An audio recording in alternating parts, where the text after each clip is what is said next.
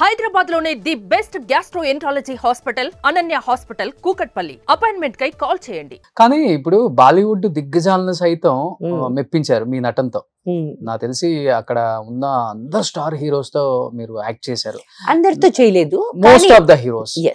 ఒక రకంగా చెప్పాలంటే తెలుగు నుంచి అంటే మన సౌత్ యాక్టర్స్ లో బాలీవుడ్ ని ఊపింది ఒక ఊపు అంటే రేఖ గారు అని చెప్పుకోవచ్చు, శ్రీదేవి గారు అని చెప్పుకోవచ్చు, తర్వాత మీ పేరు రామేశ్వరి గారి పేరు కూడా చెప్పుకోవచ్చు. ముగ్గురు సౌత్ నుంచి వెళ్ళిన ఎస్పెషల్లీ తెలుగు అమ్మాయిలు మీరని చెప్పుకోవచ్చు.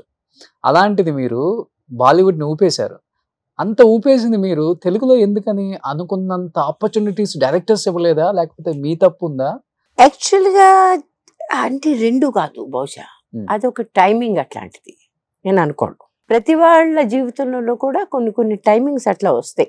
నాకు మొట్టమొదటి సినిమా తెలుగులో యాక్చువల్గా చాలా కన్ఫ్యూజన్ ఇది.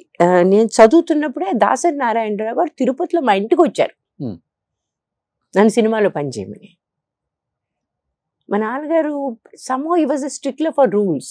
మేము ఇన్స్టిట్యూట్లో చదువుతున్నప్పుడు మేము ఒక రాసిస్తాం, we're not going to work in films till we complete this course అని.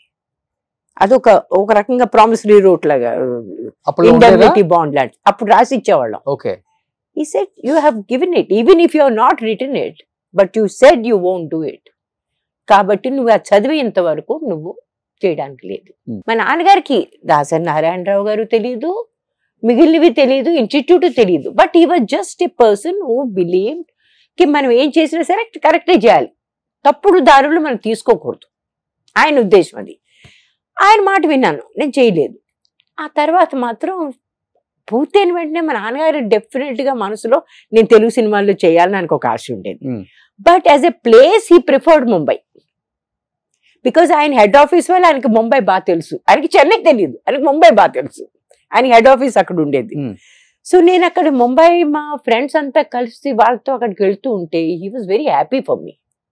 చాలా సేఫ్ ప్రదేశం, గొడవ లేదు అక్కడ, ఆడవాళ్ళు 3ంటికి కూడా శుభ్రంగా జరగవచ్చు బయట. That's the way he was looking, which was like this. చాలా సేఫ్ ప్రదేశం.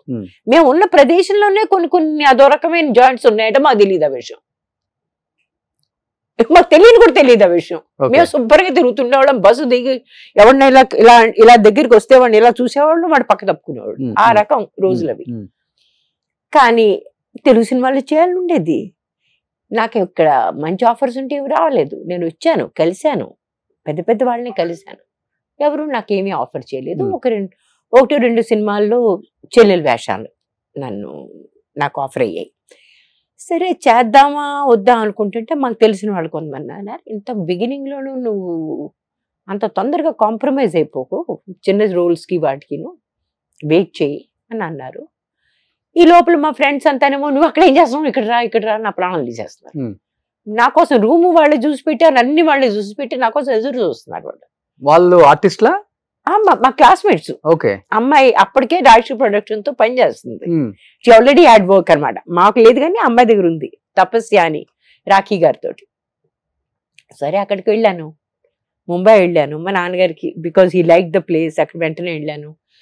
వెళ్ళిన మా నాన్నగారు ఒక మాట చెప్పారు, 1 సంవత్సరం లోపల మాత్రం నువ్వు సరైన నీకు బ్రేక్ రాకపోతే నువ్వు వెనక్కి రావాలి. You have to finish your graduation and you have to do post graduation and you have to get into a very good job somewhere. నీ కాళ్ళ మీద నువ్వు నుంచోవాలి, కానీ ముందు ట్రై చేయడానికి 1 సంవత్సరం పూర్తిగా ఇస్తున్నాను. బై దెన్ 11th month లోపల నాకు ఒక మంచి ఛాన్స్ వచ్చింది. దుల్హన్ వహీ చుప్పి అమన్ బాయ్. సుమన్ టీవీలో మీ పర్సనల్ అండ్ బిజినెస్ ప్రమోషన్స్ కోసం కింది నెంబర్కి